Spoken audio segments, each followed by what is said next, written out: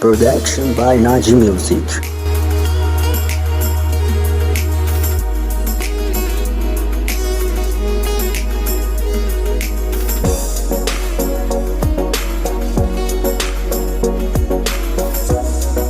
Remix by DJ سجاد. نامه ای به فرزند. به نام خدا عزیزم سلام. یه کمی بی حال و مریضم خیلی واسه نوشتم دریغ از جواب. حس میکنم که این روزا غریبم برات. اینجا که توی حسش غرقه، این دیوارا انگاری تلسمش کرده. خونه یه سالمندان، خودت فکر کن این کلمه حتی خود اسمش تلخه.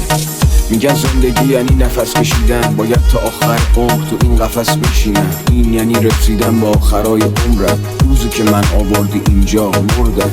بعضی وقتا اینجا قدم میزنم، آلبوم جوونیامو ورق میزنم. تنها یادگاری که میتونم بگیرم تو دستام، قطره‌های اشکا چکیدن رو عکسام. اینم بگم اینجا هوامونو دارن، سر وقتش غذا و دوامونو دادن. ولی این منو سرخوش میکرد که فرزند خود منو ترخوش میکرد. یه جورایی این یه تعهده، وگرنه احتیاجی ندارم به ترحمت. گفتم میخوای برم، تو انکار نکردی، حتی واسه موندن من اصرار نکردی. ممنونم واسه موافقتت، ممنونم به خاطر مراقبتت. نمیشم اسباب مزاحمتت، کسی سراغم رو گرفت بگو مسافرت.